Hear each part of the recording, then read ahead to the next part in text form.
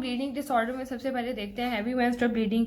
अब इसमें heavy menstrual bleeding कहता है 20 to 30 womens of 30% women of the reproductive age में हैवी मेंस्ट्रुअल ब्लीडिंग होती है। अब हैवी मेंस्ट्रुअल ब्लीडिंग क्या है कि अगर फॉर एग्जांपल पर पीरियड 80 ml पर पीरियड से ज़्यादा अगर ब्लड लॉस हो रहा है तो दैट्स मीन कि ये हैवी मेंस्ट्रुअल ब्लीडिंग है।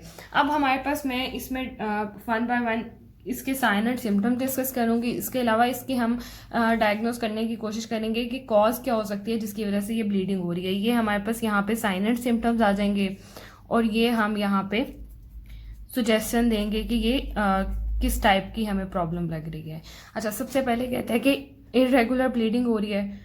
उसके अलावा कहते हैं इंट्रामेंस्ट्रुअल ब्लीडिंग स्टार्ट हो गई है, पोस्ट क्वार्टल ब्लीडिंग है, मतलब ब्लीडिंग हो रही है इरेगुलर फॉर्म्स में।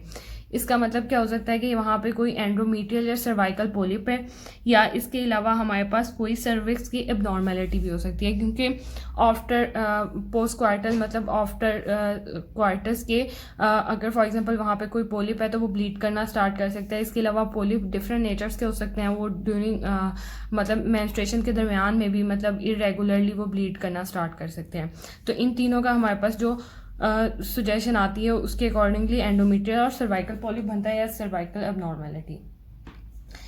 अब कहते हैं नेक्स्ट पे कि एक्सेसिव ब्रूजिंग है, history of the postmortem haemorrhage है, मतलब डिलीवरी के बाद बहुत ज़्यादा हेमरेज स्टार्ट हो गया है। पोस्ट ऑपरेटिव ब्लीडिंग है, मतलब कोई ऑपरेशन हुआ और ब्लीडिंग स्टार्ट हो गई है डेंटल एक्सट्रैक्शन के बाद। इसके अलावा साथ में फैमिली हिस्ट्री, ये एक मेजर पॉइंट है फैमिली हिस्ट्री का कि यहाँ पे कोई कोआगुलेशन डिसऑर्डर है। मतलब हमारे पास 20% ऑफ पेशेंट जो इरेगुलर ब्लीडिंग के साथ प्रेजेंट कर रहे होते हैं ना, 20% ऑफ पेशेंट में हमारे पास कोआगुलेशन का डिसऑर्डर होता है।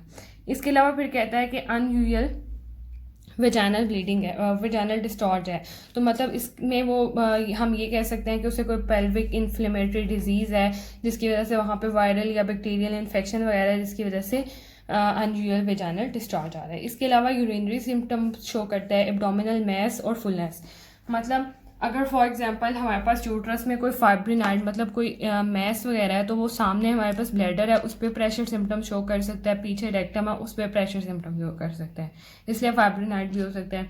इसके अलावा अगर वेट चेंजेस या स्किन चेंजेस आ सकती हैं तो वो हमारे पास थायराइड मतलब थायराइड के प्रॉब्लम के साथ भी पेशेंट आ सकता है, जिसमें वो हाइपो और हाइपर दोनों प्रॉब्लम्स के साथ प्रेजेंट कर सकता है। फिर जब हम इन्वेस्टिगेशंस पे आते हैं तो सबसे पहले हम पेशेंट का फुल ब्लड काउंट कराएंगे, जिसमें हम उसके एचबी लेवल्स देखेंगे। अगर फॉर एग्जांपल मोस्टली पेशेंट्स को जस्ट लग रहा होता है फीमेल्स को कि हैवी मेंस्ट्रुअल ब्लीडिंग हो रही है, अगर उनका एचबी 12 या 13 वगैरह मतलब कि उनका एचबी नॉर्मल है तो कोई हैवी मेंस्ट्रुअल ब्लीडिंग नहीं है, 10 खाली उन्हें रीएश्योर करना चाहिए पेशेंट्स को। इसके अलावा कोएगुलेशन स्क्रीनिंग करा सकते हैं, अगर फॉर एग्जांपल उसे मेनार्की पे प्रॉब्लम स्टार्ट हो गया था या तो उसके पास फिर इसके अलावा उसके पास फैमिली हिस्ट्री है कि उनमें यही प्रॉब्लम चला आ रहा है तो हम उसमें कोएगुलेशन स्क्रीनिंग करा सकते हैं। इसके अलावा अगर थायराइड का कोई मसला है, मतलब वो थायराइड की हिस्ट्री के साथ शो हुआ है, वेट चेंज है, स्किन चेंजेस वगैरह आ रही हैं, तो हम हार्मोन टेस्टिंग करा सकते हैं। इसके अलावा पेल्विक अल्ट्रासाउंड कराते हैं, अगर फॉर एग्जांपल वहाँ पे कोई पोलिप वगैरह है या कोई एंडोमेट्रियल प्रॉब्लम है तो हम पेल्विक अल्ट्रासाउंड कराएंगे जिस पे वो शो हो जाएगा। इसके अलावा वेजाइनल और एंडो सर्वाइकल स्वैब्स लेंगे, ये हम मोस्टली पेल्विक इन्फ्लेमेटरी डिजीज़ में कराते हैं, मतलब हम वहाँ पे स्वैब वगैरह लेते हैं जिसकी वजह से हम ये पता लगवाते हैं कि वहाँ पे कैंडिडियास या कौन सी वायरल इन्फेक्शन है, बैक्टीरियल इन्फेक्शन है। इसके अलावा हम एंडोमेट्रियल बायोप्सी कराते हैं, ये mostly over the age of 45 year कराते हैं हम एंडोमेट्रियल बायोप्सी। इसके अलावा ट्रांसवेजाइनल अल्ट्रासाउंड कराते हैं, इसमें भी हम पूरा यूट्रस वगैरह को देख लेते हैं कि वहाँ पे कौन कौन सी एबनॉर्मेलिटी प्रेजेंट है।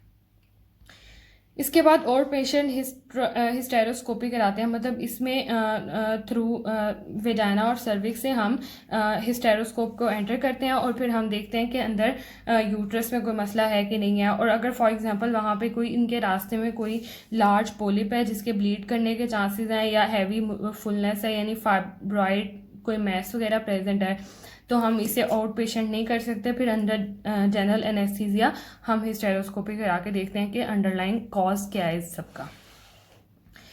फिर हम इसकी मैनेजमेंट पे आते हैं। मैनेजमेंट को फर्दर हम 2 टाइप्स में डिवाइड करेंगे। एक हम करेंगे इसकी मेडिकल मैनेजमेंट, दूसरी हम करेंगे सर्जिकल।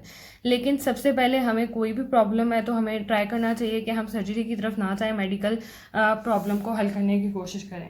अब जो इसका मेडिकली प्रॉब्लम है उसका मैंने एक निमोनिक बनाया था, लाहौर टर्मिनल मेंटेन CNG। अब ये निमोनिक में हमारे पास सबसे पहले हमने लिवेनोगैस्ट्रिल इंट्रायूट्राइन डिवाइस इंसर्ट करनी है। ये हमारे पास 95% तक ब्लीडिंग को कंट्रोल कर सकती है। इसके अलावा इससे हम 1 ईयर तक ये अपने पॉजिटिव रिजल्ट देना शो करती है, मतलब एक लॉन्ग पीरियड रिक्वायर्ड होता है, लेकिन ये बेटर है। लेकिन हमने कोई भी मैनेजमेंट स्टार्ट करने से पहले हमने पेशेंट्स की प्रेफरेंस चेक कर लेनी है। हमें उसे सारी मेडिसिन्स के बारे में उससे पहले गाइड कर देना है कि इनके क्या क्या साइड इफ़ेक्ट्स हैं, फिर हमें उसकी प्रेफरेंस पूछ लेनी चाहिए।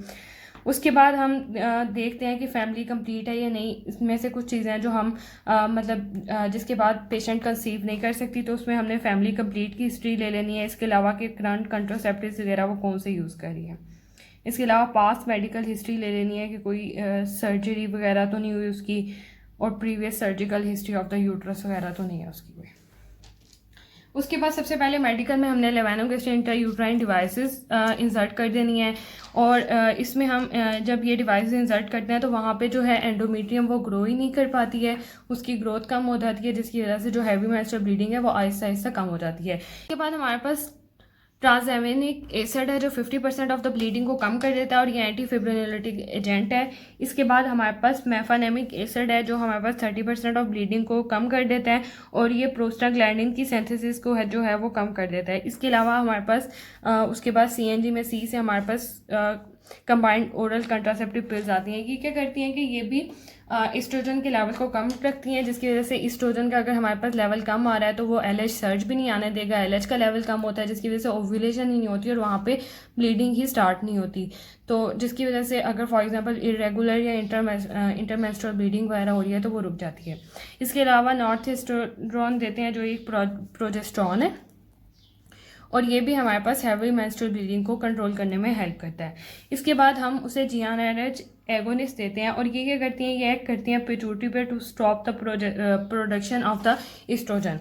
जब एस्ट्रोजन की प्रोडक्शन अगेन ये स्टॉप कर देंगी तो मतलब अगेन वहाँ पे LH सर्ट नहीं आएगी, LH के लेवल्स लो हो रहेंगे, जिसकी वजह से वहाँ पे ओव्यूलेशन नहीं होगी। ओव्यूलेशन नहीं होगी दैट मीन वहाँ पे ब्लीडिंग भी स्टार्ट नहीं होगी, मतलब मेंस्ट्रुएशन का प्रोसेस भी स्टार्ट नहीं होगा। इसके बाद हम देखते हैं इसकी सर्जिकल मैनेजमेंट। अच्छा, अब सर्जिकल मैनेजमेंट जो है इसका निमोनिक था एजुकेशन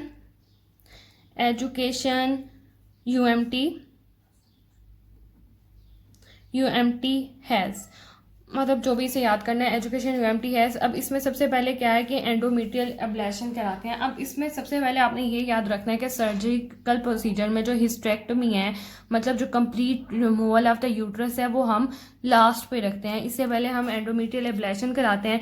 इसका एक पहला एक प्रोसीजर है जिसके अकॉर्डिंगली हम इसमें क्या कराते थे, ट्रांस सर्वाइकल रिसेक्शन कराते थे। लेकिन जो आजकल न्यूअर सेकेंड जनरेशन टेक्निक आई है उसमें हम नोवाशोर कराते हैं। इसमें इम्पीडेंस कंट्रोल एंडोमेट्रियल एब्लेशन कराते हैं। उसके बाद थर्मल यूट्राइन बैलून थेरेपी कराते हैं। इसके अलावा माइक्रोसूलिस कराते हैं, इसमें माइक्रोवेव एब्लेशन होती है। इसमें होता यह है कि अगर फॉर एग्जांपल एंडोमीट्रियम है तो एंडोमीट्रियम की जो इंटरनल लेयर है हम उसे डिस्ट्रॉय करने की, मतलब जलाने की कोशिश करते हैं और इसे इस हद तक जलाया जाता है कि मतलब ये जो है ये हमारे पास रीजनरेट ना करे।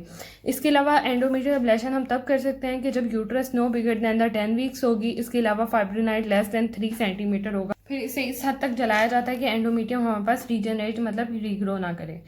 उसके बाद सेकंड पे हम आते हैं UMT के U पे, तो ये हमारे पास होता है अम्बिलिकल आर्टरी एम्बोलाइजेशन कराते हैं। मतलब अगर फॉर एग्जांपल वहाँ पे कोई फाइब्रोनाइट है या बेनाइन कंडीशन है तो हम अम्बिलिकल आर्टरी एम्बोलाइजेशन करा देते हैं कि वहाँ पे जो ब्लीडिंग है वो फिर कम हो जाती है। इसके अलावा मायोमेक्टमी कराते हैं। अगर फॉर एग्जांपल वहाँ पे लार्ज फिब्रिनाइट है तो हम वहाँ पे मायोमेक्टमी का प्रोसीजर करा देंगे। लेकिन ये दोनों प्रोसीजर तब कराते हैं जब पेशेंट हमारे पर कंसीव करना चाह रहा है। मतलब हम ना तो एब्लेशन करते हैं क्योंकि इसमें भी बाद में कंसीविंग के चांसेस बहुत कम हो जाते हैं, मतलब होते ही नहीं हैं। इसके अलावा हिस्टेरेक्टमी हुई तो वैसे ही यूट्रस रिमूव हो रहा है तो कंसीव कर ही नहीं सकती पेशेंट। इसलिए ये दो प्रोसीजर्स हैं, ये हम मोस्टली अगर फॉर एग्जांपल पेशेंट कंसीव करना चाह रही है तो हम ये दोनों प्रेफर करते हैं। उसके अलावा trans cervical resection of the fibroid, अगर फाइब्रोनाइड बहुत बड़ा है तो हम ट्रांस सर्वाइकल रिसेक्शन भी कर सकते हैं उसका। इसमें भी प्रेगनेंसी होने के चांसेस बाद में कम हो जाते हैं। और इसके अलावा लास्ट पे हिस्टेरेक्टमी हो जाती है। अगर फॉर एग्जांपल सारे मेडिकल और सर्जिकल ट्रीटमेंट अगर ना काम करें तो फिर हमारे पास हिस्टेरेक्टमी होता है, लेकिन फिर इसका फ़ायदा ये है कि इसमें रीअकरेंस के चांसेस बहुत कम होते हैं, मतलब कि उसमें यूट्रस ही नहीं रहा। लेकिन अगर फॉर एग्जांपल हमें हिस्टोस्कोपी के दरमियान या एग्जामिनेशन में ये पता लग जाता है कि ट्यूमर है हमारे पास एंडोमेट्रियम का, तो हमें फौरी तौर पे हिस्टेरेक्टमी कर देनी चाहिए, क्योंकि जो ट्यूमर है वो बहुत जल्दी पहले पूरे यूट्रस में जाता है, उसके बाद पेल्विक एरिया को इन्वॉल्व कर लेता है और फिर बॉडी में फैलने लग जाता है। इसलिए हम फौरी तौर पे हिस्टेरेक्टमी कर देते हैं, मतलब हम यूट्रस ही रिमूव कर देते हैं।